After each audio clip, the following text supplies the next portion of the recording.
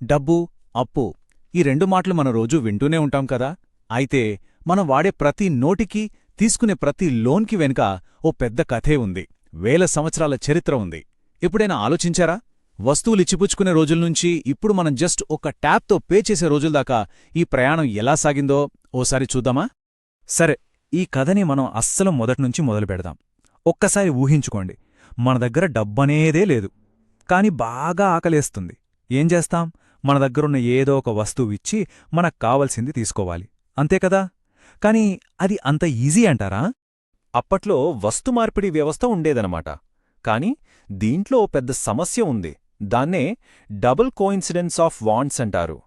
అంటే ఏంటంటే, మీ దగ్గరున్న వస్తువు అవతలివాళ్ళకి కావాలి, అలాగే వాళ్ళ దగ్గరున్నది మీక్కూడా కావాలి.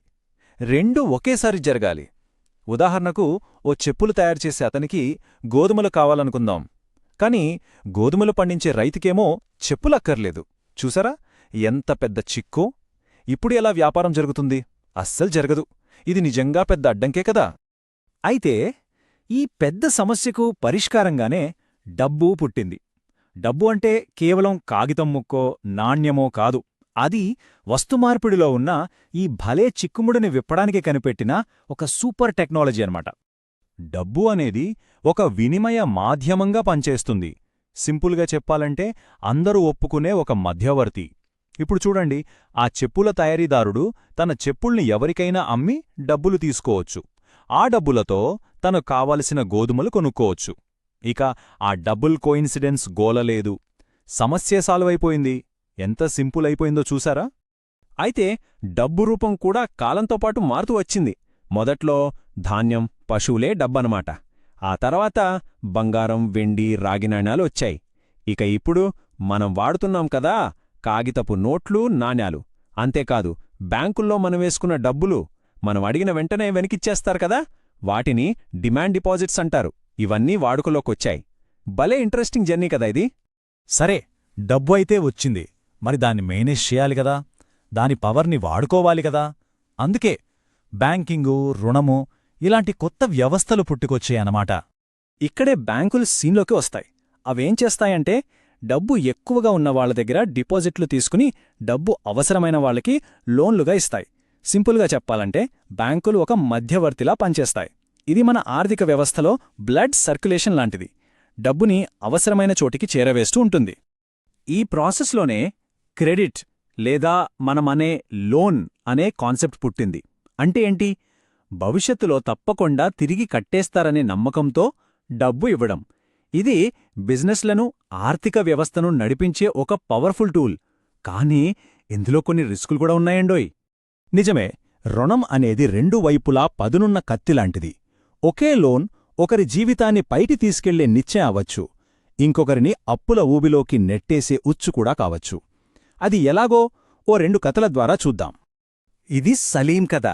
తను చెప్పుల తయారీదారుడు. ఓ పండగ సీజన్లో తనకు భలే పెద్ద ఆర్డర్ వచ్చింది. మరి దానికి ముడిసరుకు కొనాలి, పనివాళ్లకి జీతాలివ్వాలి కదా. అందుకే లోన్ తీసుకున్నాడు. కరెక్ట్ టైంకి ఆర్డర్ పూర్తి చేశాడు, మంచి లాభం సంపాదించాడు, తీసుకున్న అప్పు తిరిగి కట్టేశాడు. సో ఇక్కడ లోన్ అనేది తన ఎదుగుదలకి ఒక వరంలా పనిచేసింది. కాని స్వప్న కథ దీనికి పూర్తి ఆపోజిట్. తను ఓ చిన్న రైతు. పంట వేయడం కోసం ఓ వడ్డీ వ్యాపారి దగ్గర అప్పు తీసుకుంది. కాని బ్యాడ్ లక్, పురుగుల వల్ల పంట మొత్తం పోయింది. పాపం, అప్పు కట్టలేకపోయింది. వడ్డీమీద వడ్డీ పెరిగిపోయింది. చివరికి ఆ అప్పు తీర్చడానికి తనకున్న భూమిలో కొంత అమ్ముకోవలసొచ్చింది. తను పూర్తిగా అప్పుల ఊబిలో కూరుకుపోయింది. గమనించారా? ఒకే రకమైన రుణం ఇద్దరి జీవితాలను ఎలా తలక్రిందులు చేసిందో. సలీం కేసులో రుణం తన వ్యాపారాన్ని పెంచింది, సంపాదన పెంచింది, తను మెరుగైన స్థితికి వెళ్ళాడు. కాని స్వప్న విషయంలో అదే రుణం తనను అప్పులపాలు చేసి పరిస్థితిని ఇంకా దారుణంగా మార్చేసింది. అసలు ఒకే లోన్ ఒకరికి లాభాన్ని, మరొకరికి నష్టాన్ని ఎందుకిచ్చింది? ఈ తేడాకి కారణమేంటి? అది అర్థం కావాలంటే మనం లోన్లిచ్చే రెండు రకాల సెక్టర్ల గురించి తెలుసుకోవాలి. ఒకటి ఫార్మల్, ఇంకొకటి ఇన్ఫార్మల్. సాధారణంగా బ్యాంకు నుండి లోన్ కావాలంటే కోలాటరల్ అంటే పూచీకత్తు అడుగుతారు. అంటే ఏంటంటే, లోన్ తీసుకునే వాళ్లు తమ ఆస్తిని, అది భూమి కావచ్చు, ఇల్లు, బంగారం ఏదైనా సరే, దాన్ని బ్యాంకుకి హామీగా చూపించాలి. ఒకవేళ లోన్ కట్టలేకపోతే బ్యాంకు ఆ ఆస్తిని అమ్మి తమ డబ్బులు తీసుకునే రైట్ ఉంటుంది. ఇక్కడే అసలు సమస్య వస్తోంది. చాలామంది పేదవాళ్ల దగ్గర ఇలా హామీగా పెట్టడానికి ఎలాంటి ఆస్తులు ఉండవు. అందుకే వాళ్లు బ్యాంకు లోన్లకు దూరమైపోతున్నారు. సేఫ్గా ఉండే బ్యాంకింగ్ సిస్టంకి వాళ్లకి మధ్య ఇదే అతిపెద్ద అడ్డుగోడ. ఈ టేబుల్ చూస్తే మనకు క్లియర్గా అర్థమవుతుంది, బ్యాంకులు, కోఆపరేటివ్ సొసైటీల్లాంటి ఫార్మల్ సెక్టార్ని రిజర్వ్ బ్యాంక్ ఆఫ్ ఇండియా అంటే ఆర్బీఐ కంట్రోల్ చేస్తుంది. అందుకే ఇక్కడ వడ్డీ రేట్లు తక్కువగా రూల్స్ ప్రకారం ఉంటాయి.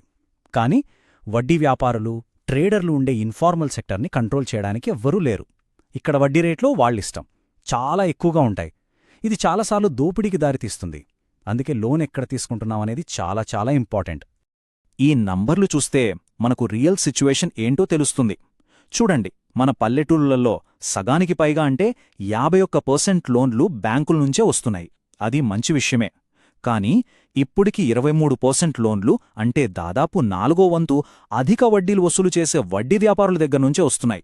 ఇది నిజంగా ఆలోచించాల్సిన విషయం. ఇదే తేడా మనకు పట్టణాల్లో ఇంకా స్పష్టంగా కనిపిస్తుంది. డబ్బున్న కుటుంబాలు తీసుకునే లోన్లలో 83% బ్యాంకుల్లాంటి ఫార్మల్ సోర్సుల నుంచి వస్తే, పేద కుటుంబాలు మాత్రం 54%, అంటే సగానికి పైగా రిస్క్ ఎక్కువ ఉండే ఇన్ఫార్మల్ సోర్సుల మీదే ఆధారపడుతున్నారు. చూశారా గ్యాప్ ఎంత పెద్దగా ఉందో?